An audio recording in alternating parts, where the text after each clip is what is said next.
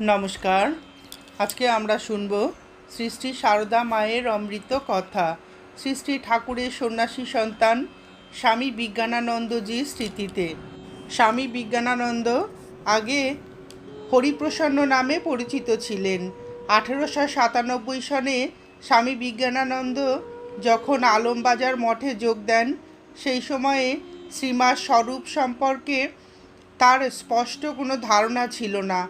সম্ভবত শ্রীমাকে তিনি কিছুদিন পর্যন্ত গুরুপত্নীর অধিক কিছু মনে করতেন না।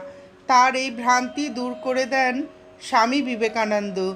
কিভাবে স্বামীজি তাকে শ্রীমায়ের স্বরূপটি বুঝিয়ে দেন, সেটি বিজ্ঞানানন্দজি পরবর্তীকালে একদিন বেলুড় মঠে ভক্তদের নিকট ব্যক্ত করেন।